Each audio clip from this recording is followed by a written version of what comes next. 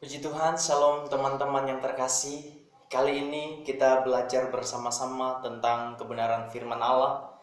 Bagaimana kita belajar dalam kehidupan seorang pemimpin yang Tuhan percayakan membawa bangsa Israel keluar dari tanah Mesir menuju ke tanah perjanjian, yaitu tanah Kanaan, yaitu Musa. Kita tahu bahwa dari awal Tuhan menyuruh kehidupan Musa untuk membawa bangsa Israel keluar dari tanah Mesir, tetapi dia selalu menolak. Dia berkata, saya tidak fasih lidah. Dia berkata, saya tidak terbiasa. Dan bagaimana kalau mereka menanyakan nama Tuhan, namamu? Tetapi dengan terus Tuhan menyuruh dia untuk selalu memakai Musa membawa bangsa Israel keluar dari tanah Mesir. Namun di saat dia mengiyakan, di saat ia melakukan apa yang Tuhan suruh, maka di saat Musa dan bangsa Israel sampai di padang gurun, maka di situ bangsa Israel memberontak. Bangsa Israel ingin kembali ke tanah Mesir. Karena apa? Karena berbagai-bagai masalah yang mereka hadapi.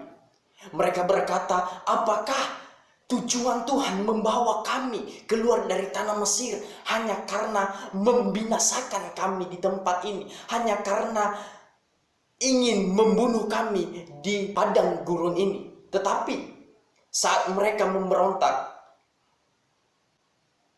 saat mereka berkata ingin berbalik pulang ke tanah Mesir, maka di situ Allah murka terhadap bangsa Israel.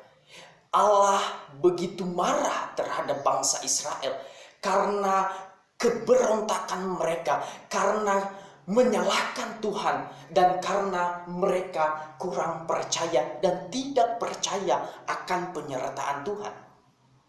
Namun saudaraku yang terkasih, saat Allah murka, apa yang kita pelajari dalam kehidupan Musa sebagai pemimpin yang bertanggung jawab atas kehidupan bangsa Israel? Musa berbicara soal seorang pemimpin, atau sekarang disebut seorang gembala atau pendeta yang memimpin jemaat Tuhan. Bangsa Israel adalah jemaat Tuhan yang Tuhan percayakan dalam kehidupan Musa. Namun saat bangsa Israel memberontak, Musa tidak berkata, saat Allah murka dan ingin membinasakan bangsa Israel, orang-orang Israel, Musa tidak berkata, silahkan. Musa tidak berkata, ya udah, tidak jadi masalah. Toh saya yang mereka pusingi setiap hari, mereka memberontak. Dan tetapi apa yang kita pelajari dalam kehidupan Musa? Musa tidak berkata saat Allah marah, terus dia membiarkan, dia berserah dan dia berkata, ya udah, kalau Allah marah silakan. Tetapi Keluaran pasal 32 ayatnya yang ke-32 berkata, tetapi sekarang kiranya engkau mengampuni dosa mereka itu. Dan terus ditulis berkata, dan jika tidak, hapuskanlah kiranya namaku dari dalam kitab yang telah kau tulis. Nah saudaraku yang terkasih, apa hal yang menarik yang kita pelajari dalam kehidupan Musa?